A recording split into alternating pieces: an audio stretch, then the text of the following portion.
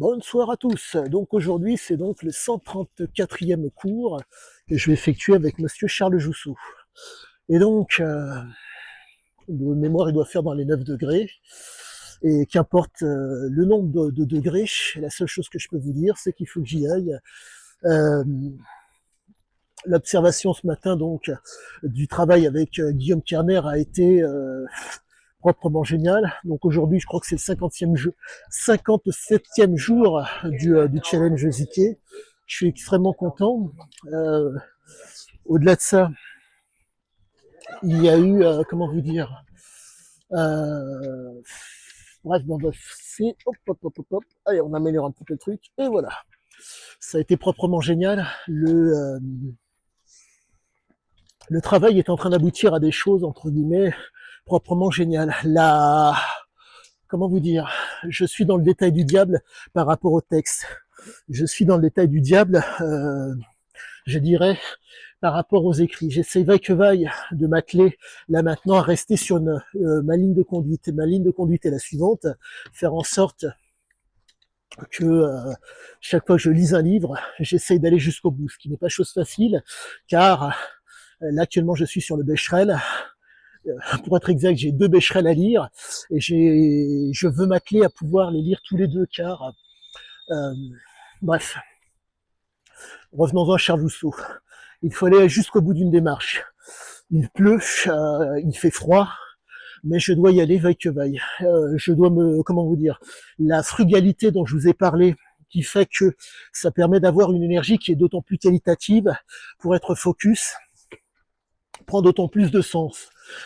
Charles Jousseau est un homme qui, entre guillemets, fait preuve de frugalité et qui gère, j'ai l'intime conviction, il gère extrêmement bien les inflammations dues à l'âge, mal de dos, les genoux et j'en passe, sont des choses absolument courantes. En plus, c'est un combattant, donc c'est un guerrier, un homme violent.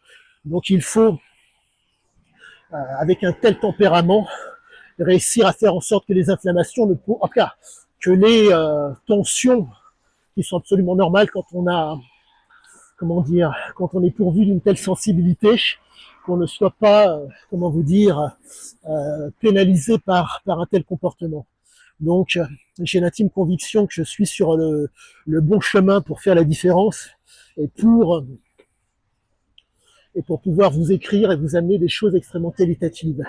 La combativité, donc, je crois que la combativité, l'apprentissage du combat nécessite des efforts et malheureusement nécessite des prises de risques. Je suis dans l'obligation pour pouvoir parler intelligemment et pour pouvoir tenir des propos pertinents et intelligibles, je suis dans l'obligation de mouiller la chemise. Donc, quoi qu'il en soit, je suis extrêmement content. Je vais devoir maintenant faire d'autant plus preuve de sagacité pour pouvoir y arriver. L'observation de Charles est une nécessité. Je reprendrai simplement les fondamentaux de Charles, entre guillemets, qui sont, enfin, l'un des fondamentaux que Charles répète de façon régulière, c'est l'œil qui dirige. Donc, ce qui veut dire que vous devez être en prise avec le réel, avoir conscience du réel et avoir une prise sur le réel. Ce qui fait réellement toute la différence. Si vous y allez avec votre imaginaire, vous ne pourrez, comment dire, vous allez y mettre, comment dire, vous allez y mettre des impressions, des perceptions, des aperçus. La prise sur le réel, est-ce que vous êtes en mesure d'en faire? C'est toute la donne. Et c'est vraiment quelque chose qui est vraiment extrêmement important pour moi. Mais bref, euh, beaucoup d'éléments à vous donner. Pour la suite, je vous dis à bientôt car vous verrez ce qu'il en est. Ciao, ciao.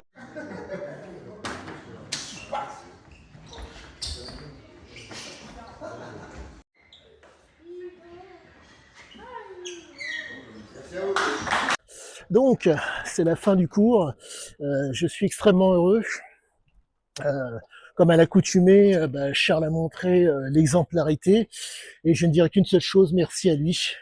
Donc, ce que j'ai pu observer, entre autres, euh, en regardant Charles et les élèves, c'est le côté, l'attaque, la fameuse attaque sagittale. Euh, Charles attaque constamment en sagittal. En tout cas, là, c'est ce que j'ai pu voir. Attaque, si possible, en sagittal, de façon à ne pas être exposé, en tout cas, ne pas exposer la ligne centrale. Qu'est-ce que la ligne centrale? Vous partez, entre guillemets, euh, du milieu, en tout cas le nez jusqu'au du milieu au testicule, ce qui veut dire que en étant de biais, donc en position sagittale, en position de misère, de biais, pour ceux qui ne comprendraient pas malheureusement, eh bien cette position sagittale fait que vous n'êtes pas, en tout cas vos parties sont susceptibles d'être protégées, ce qui fait que lorsque vous avez en main le coude, vous avez la possibilité de pouvoir un tant soit peu vous protéger.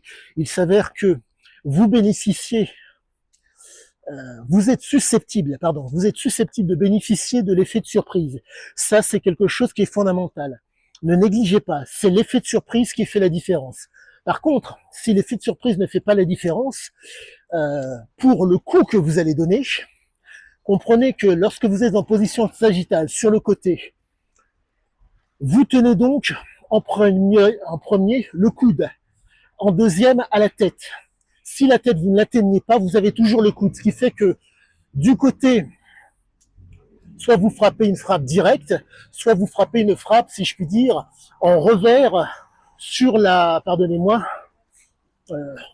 type une claque, si je puis dire, sur l'oreille extérieure. C'est assez, pardonnez-moi, j'essaie de simplifier au maximum, mais quoi qu'il en soit, tout fonctionne vraiment extrêmement bien. Et après donc, vous imposez, il faut faire subir à l'adversaire vos desiderata. Je suis extrêmement content car vraiment, l'approche de Charles est vraiment, pour moi, excellente, car vous avez des options qui s'offrent à vous.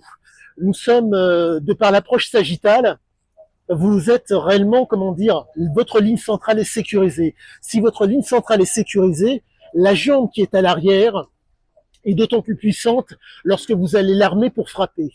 Et c'est vraiment très très intéressant, car vraiment, je constate qu'il est constamment en sagittal, constamment, enfin, il essaye, vaille que vaille, d'être en sagittal. Le fait d'être en sagittal protège, le fait d'être en sagittal, comment vous dire, enfin, vous expose le moins possible, mais le côté sagittal ne peut fonctionner que si, et je dis bien que si, vous bénéficiez de la surprise, et que si vous imposez et vous ne subissez pas. Il est impossible de pouvoir bénéficier, d'être bénéficiaire d'une attaque sagittale si par malheur, il n'y a pas déjà d'une. Si vous n'avez pas l'effet de surprise, ce n'est pas un problème en soi. Mais il faut à tout prix qu'il y ait une onde de choc. S'il y a onde de choc, il y a possibilité à la suite de ça d'imposer et de faire subir. Je dis bien éventuellement, car vous ne savez pas qui vous fait face. Ce qui fait que l'onde, pardonnez-moi, le fait que le côté sagittal fait que vous êtes moins exposé, ce qui fait que le premier coup peut arriver à ses fins, comme, pardonnez-moi, un autre coup. Ce qui fait que vous avez une option qui se présente à vous. Mais la condition sine qua non pour que ça puisse fonctionner, la fameuse onde de choc. Je ne dirais qu'une seule chose. Charles a, non, comment vous dire, c'est tout bon. C'est vraiment extrêmement bon. Et j'apprécie beaucoup parce que, quand on fait le parallèle avec la boxe taille, beaucoup de, je ne dirais pas de similitudes, mais ça se rapproche, quoi. Ça, comment vous dire, on essaye vaille que vaille. À la boxe taille, vous avez un type qui est en face de vous. Dans le combat, vous pouvez, entre guillemets, frapper le type sans pour autant qu'il soit en face de vous. Mais, en tout cas, le dos est prenable.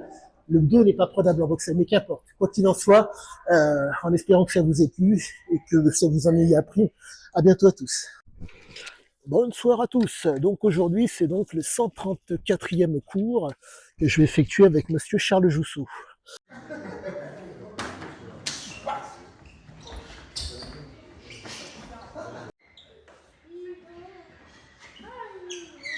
Donc, c'est la fin du cours. Je suis extrêmement heureux. Comme à l'accoutumée, Charles a montré